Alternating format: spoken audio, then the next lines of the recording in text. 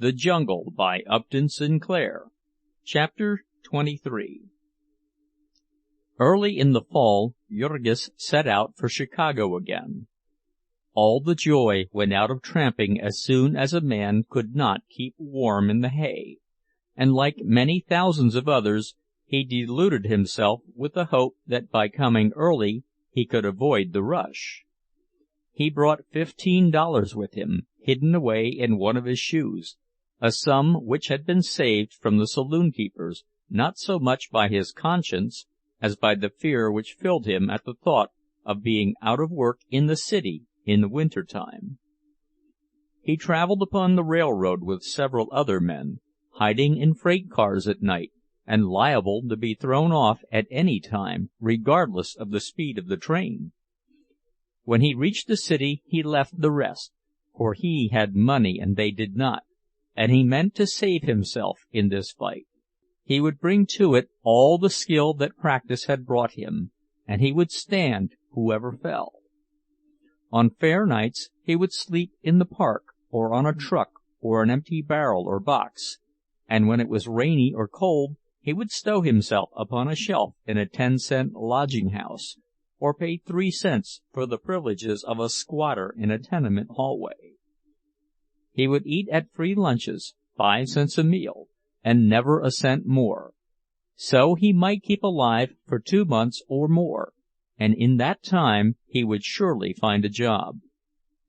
He would have to bid farewell to his summer cleanliness, of course, for he would come out of the first night's lodging with his clothes alive with vermin.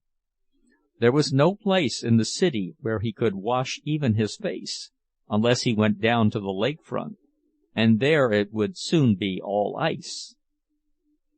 First he went to the steel mill and the harvester works, and found that his places there had been filled long ago.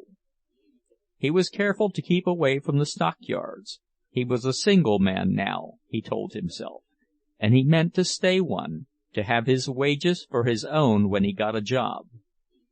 He began the long, weary round of factories and warehouses, tramping all day from one end of the city to the other, finding everywhere from 10 to 100 men ahead of him. He watched the newspapers, too, but no longer was he to be taken in by smooth-spoken agents. He had been told of all those tricks while on the road. In the end it was through a newspaper that he got a job, after nearly a month of seeking. It was a call for 100 laborers, and though he thought it was a fake, he went because the place was nearby. He found a line of men a block long, but as a wagon chanced to come out on an alley and break the line, he saw his chance and sprang to seize the place. Men threatened him and tried to throw him out, but he cursed and made a disturbance to attract a policeman, upon which they subsided, knowing that if the latter interfered it would be to fire them all. An hour or two later he entered a room and confronted a big Irishman behind a desk. "Ever worked in Chicago before?" the man inquired, and whether it was a good angel that put it into Jurgis' mind, or an intuition of his sharpened wits, he was moved to answer, "No, sir." "Where did you come from?" "Kansas City, sir." "Any references?" "No, sir. I'm just an unskilled man. I've got good arms." "I want men for hard work. It's all underground, digging tunnels for telephones. Maybe it won't suit you." "I'm willing, sir. Anything for me. What's the pay?" 15 cents an hour. "I'm willing, sir." "All right. Go back there and give your name." So within half an hour he was at work, far underneath the streets of the city. The tunnel was a peculiar one for telephone wires. It was about 8 feet high, and with a level floor nearly as wide. It had innumerable branches, a perfect spider-web beneath the city. Jurgis walked over half a mile with his gang to the place where they were to work. Stranger yet, the tunnel was lighted by electricity, and upon it was laid a double-tracked, narrow-gauge railroad. But Jurgis was not there to ask questions, and he did not give the matter a thought. It was nearly a year afterward that he finally learned the meaning of this whole affair. The city council had passed a quiet and innocent little bill allowing a company to construct telephone conduits under the city streets, and upon the strength of this, a great corporation had proceeded to tunnel all Chicago with a system of railway freight subways. In the city there was a combination of employers representing hundreds of millions of capital, and formed for the purpose of crushing the labor unions. The chief union which troubled it was the Teamsters, and when these freight tunnels were completed, connecting all the big factories and stores with the railroad depots, they would have the Teamsters Union by the throat. Now and then there were rumors and murmurs in the Board of Aldermen, and once there was a committee to investigate, but each time another small fortune was paid over and the rumors died away, until at last the city woke up with a start to find the work completed. There was a tremendous scandal, of course. It was found that the city records had been falsified, and other crimes committed, and some of Chicago's big capitalists got into jail, figuratively speaking. The aldermen declared that they had had no idea of it all, in spite of the fact that the main entrance to the work had been in the rear of the saloon of one of them. It was in a newly opened cut that Jurgis worked, and so he knew that he had an all-winter job. He was so rejoiced that he treated himself to a spree that night, and with the balance of his money he hired himself a place in a tenement room, where he slept upon a big homemade straw mattress, along with 4 other working men. This was $1 a week, and for 4 more he got his food in a boarding house near his work. This would leave him $4 extra each week, an unthinkable sum for him. At the outset he had to pay for his digging tools, and also to buy a pair of heavy boots, since his shoes were falling to pieces, and a flannel shirt, since the one he had worn all summer was in shreds. He spent a week meditating whether or not he should also buy an overcoat. There was one belonging to a Hebrew collar-button peddler, who had died in the room next to him, and which the landlady was holding for her rent. In the end, however, Jurgis decided to do without it, as he was to be underground by day and in bed at night. This was an unfortunate decision, however, for it drove him more quickly than ever into the saloons. From now on Jurgis worked from 7 o'clock until 5:30, with half an hour for dinner, which meant that he never saw the sunlight on weekdays.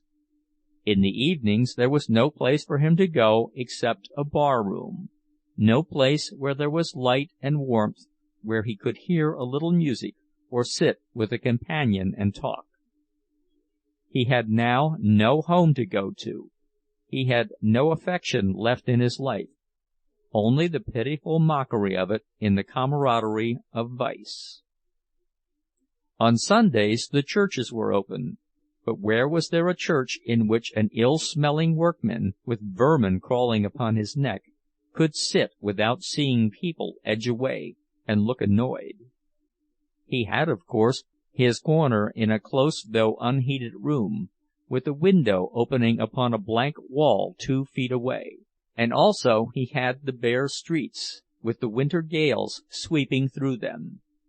Besides this, he had only the saloons, and of course he had to drink to stay in them. If he drank now and then, he was free to make himself at home, to gamble with dice, or a pack of greasy cards, to play at a dingy pool table for money, or to look at a beer-stained pink sporting paper with pictures of murderers and half-naked women.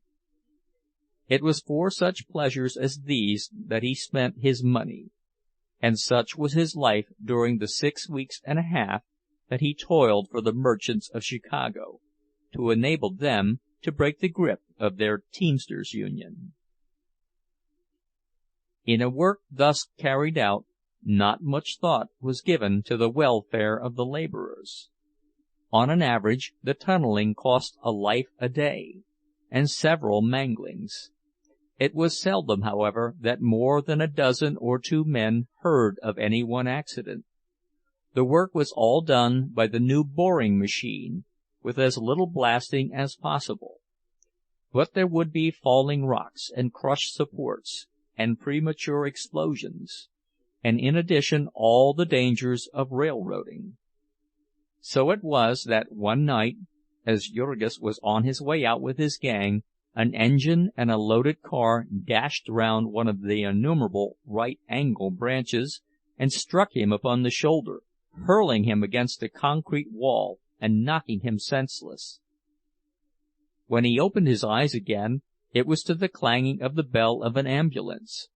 He was lying in it, covered by a blanket, and it was threading its way slowly through the holiday shopping crowds. They took him to the county hospital, where a young surgeon set his arm. Then he was washed and laid upon a bed in a ward with a score or two more of maimed and mangled men. Jurgis spent his Christmas in this hospital, and it was the pleasantest Christmas he had had in America.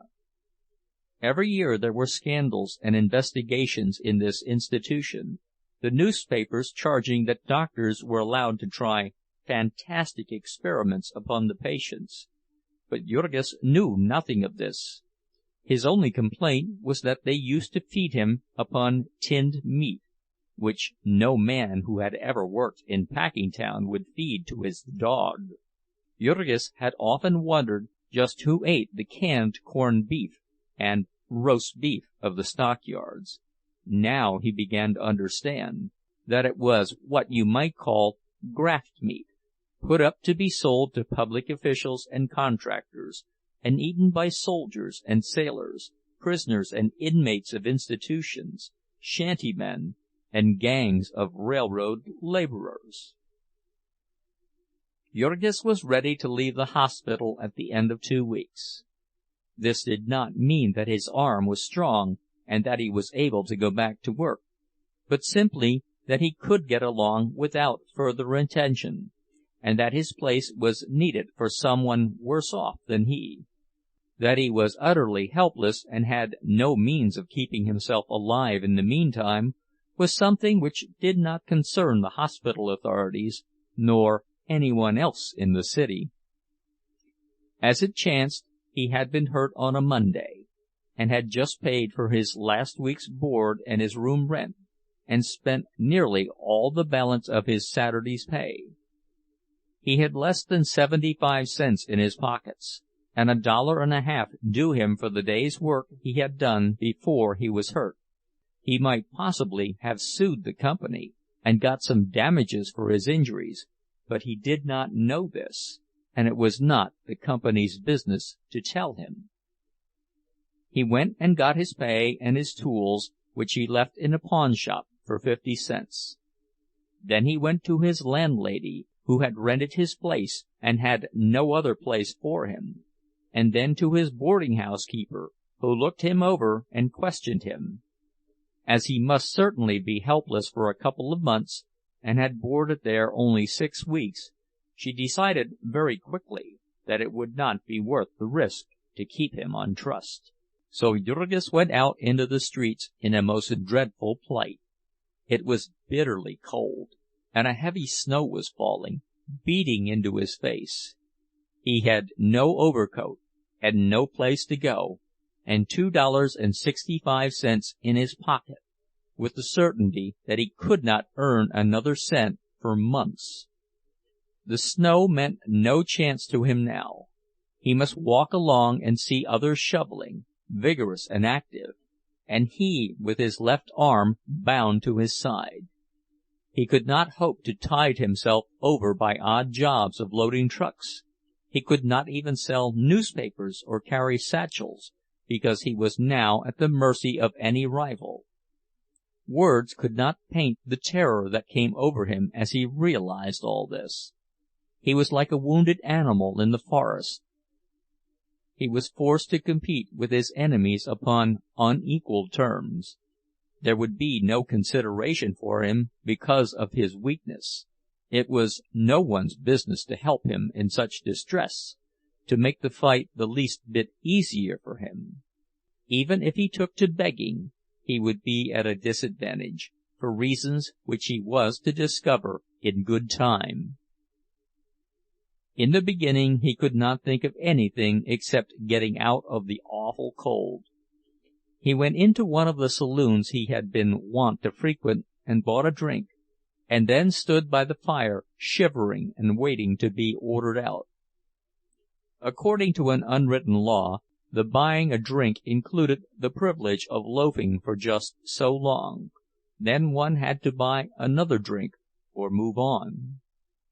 That Jurgis was an old customer entitled him to a somewhat longer stop, but then he had been away 2 weeks, and was evidently on the bum. He might plead and tell his hard-luck story, but that would not help him much. A saloon-keeper who was to be moved by such means would soon have his place jammed to the doors with hoboes on a day like this. So Jurgis went out into another place, and paid another nickel. He was so hungry this time that he could not resist the hot beef stew, an indulgence which cut short his stay by a considerable time. When he was again told to move on, he made his way to a tough place in the Levee district, where now and then he had gone with a certain rat-eyed Bohemian workman of his acquaintance, seeking a woman. It was Jurgis' vain hope that here the proprietor would let him remain as a sitter. In low-class places in the dead of winter, saloon-keepers would often allow 1 or 2 forlorn-looking bums who came in covered with snow or soaked with rain to sit by the fire and look miserable to attract customers. A working man would come in, feeling cheerful after his day's work was over, and it would trouble him to have to take his glass with such a sight under his nose, and so he would call out, "Hello, bub, what's the matter? You look as if you've been up against it." And then the other would begin to pour out some tale of misery, and the man would say, "Come have a glass, and maybe that'll brace you up." And so they would drink together, and if the tramp was sufficiently wretched-looking, or good enough at the gab, they might have 2. And if they were to discover that they were from the same country, or had lived in the same city, or worked at the same trade, they might sit down at a table and spend an hour or 2 in talk, and before they got through, the saloon-keeper would have taken in $1. All of this might seem diabolical, but the saloon-keeper was in no wise to blame for it. He was in the same plight as the manufacturer who has to adulterate and misrepresent his product. If he does not, someone else will. And the saloon-keeper, unless he is also an alderman, is apt to be in debt to big brewers, and on the verge of being sold out. The market for sitters was glutted that afternoon, however, and there was no place for Jurgis. In all he had to spend 6 nickels in keeping a shelter over him that frightful day, and then it was just dark, and the station houses would not open until midnight. At the last place, however, there was a bartender who knew him and liked him, and let him doze at one of the tables until the boss came back. And also, as he was going out, the man gave him a tip. On the next block there was a religious revival of some sort, with preaching and singing, and hundreds of hoboes would go there for the shelter and warmth. Jurgis went straight away, and saw a sign hung out, saying that the door would open at 7:30. Then he walked or half ran a block and hid a while in a doorway, and then ran again, and so on until the hour. At the end he was all but frozen, and fought his way in with the rest of the throng, at the risk of having his arm broken again, and got close to the big stove. By 8 o'clock the place was so crowded that the speakers ought to have been flattered. The aisles were filled halfway up, and at the door men were packed tight enough to walk upon. There were 3 elderly gentlemen in black upon the platform, and a young lady who played the piano in front. First they sang a hymn, and then one of the 3, a tall, smooth-shaven man, very thin, and wearing black spectacles, began an address. Jurgis heard smatterings of it, for the reason that terror kept him awake. He knew that he snored abominably, and to have been put out just then would have been like a sentence of death to him. The evangelist was preaching sin and redemption, the infinite grace of God and his pardon for human frailty. He was very much in earnest, and he meant well, but Jurgis, as he listened, found his soul filled with hatred. What did he know about sin and suffering, with his smooth black coat and his neatly starched collar, his body warm and his belly full and money in his pocket, and lecturing men who were struggling for their lives, men at the death grapple with the demon powers of hunger and cold? This, of course, was unfair, but Jurgis felt that these men were out of touch with the life they discussed, that they were unfitted to solve its problems. Nay, they themselves were part of the problem. They were part of the order established that was crushing men down and beating them. They were of the triumphant and insolent possessors. They had a hall, and a fire, and food, and clothing, and money, and so they might preach to hungry men, and the hungry men must be humble and listen. They were trying to save their souls, and who but a fool could fail to see that all that was the matter with their souls was that they had not been able to get a decent existence for their bodies? At 11 the meeting closed, and the desolate audience filed out into the snow, muttering curses upon the few traders who had got repentance and gone up on the platform. It was yet an hour before the station house would open, and Jurgis had no overcoat, and was weak from a long illness. During that hour he nearly perished. He was obliged to run hard to keep his blood moving at all, and then he came back to the station house and found a crowd blocking the street before the door. This was in the month of January, 1904, when the country was on the verge of hard times, and the newspapers were reporting the shutting down of factories every day. It was estimated that 1.5 million men were thrown out of work before the spring.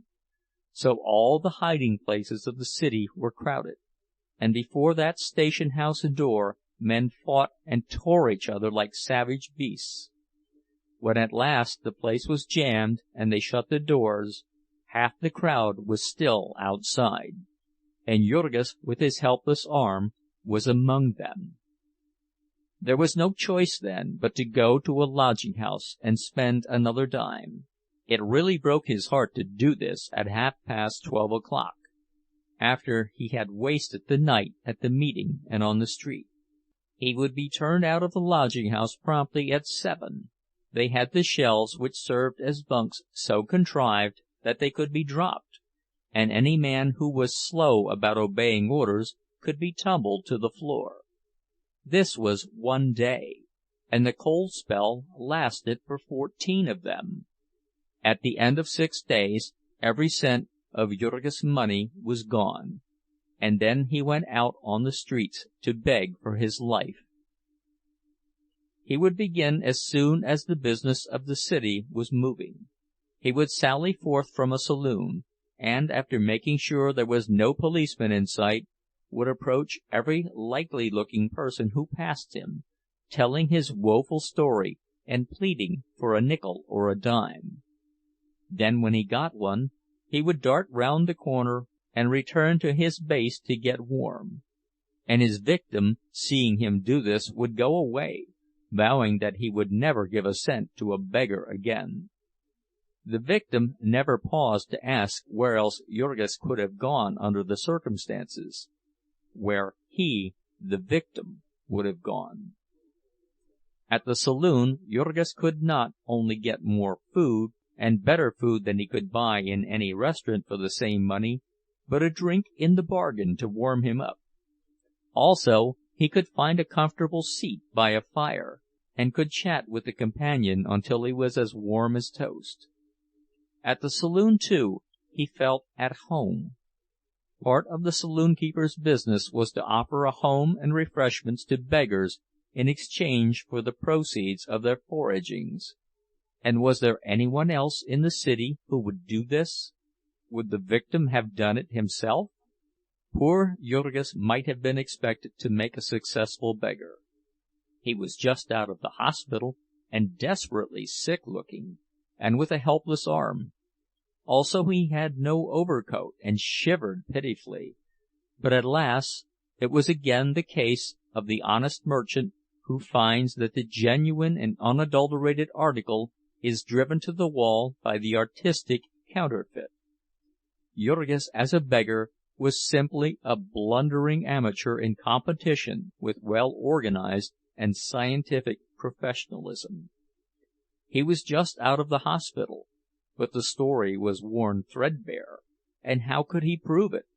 He had his arm in a sling, and it was a device a regular beggar's little boy would have scorned. He was pale and shivering, but they were made up with cosmetics, and had studied the art of chattering their teeth. As to his being without an overcoat, among them you would meet men you could swear had on nothing but a ragged linen duster and a pair of cotton trousers, so cleverly had they concealed the several suits of all-wool underwear beneath.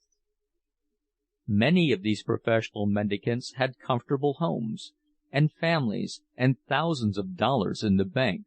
Some of them had retired upon their earnings, and gone into the business of fitting out and doctoring others, or working children at the trade. There were some who had both their arms bound tightly to their sides, and padded stumps in their sleeves, and a sick child hired to carry a cup for them. There were some who had no legs, and pushed themselves upon a wheeled platform; some who had been favored with blindness, or were led by pretty little dogs. Some less fortunate had mutilated themselves, or burned themselves, or had brought horrible sores upon themselves with chemicals. You might suddenly encounter upon the street a man holding out to you a finger rotting and discolored with gangrene, or one with livid scarlet wounds half escaped from their filthy bandages. These desperate ones were the dregs of the city's cesspools, wretches who hid at night in the rain-soaked cellars of old ramshackle tenements, in stale beer dives and opium joints, with abandoned women in the last stages of the harlot's progress, women who had been kept by Chinamen and turned away at last to die. Every day the police net would drag hundreds of them off the streets, and in the detention hospital you might see them, herded together in a miniature inferno, with hideous, beastly faces, bloated and leprous with disease, laughing, shouting, screaming in all stages of drunkenness, barking like dogs, gibbering like apes, raving and tearing themselves in delirium. End of chapter 23. Recording by Tom Weiss.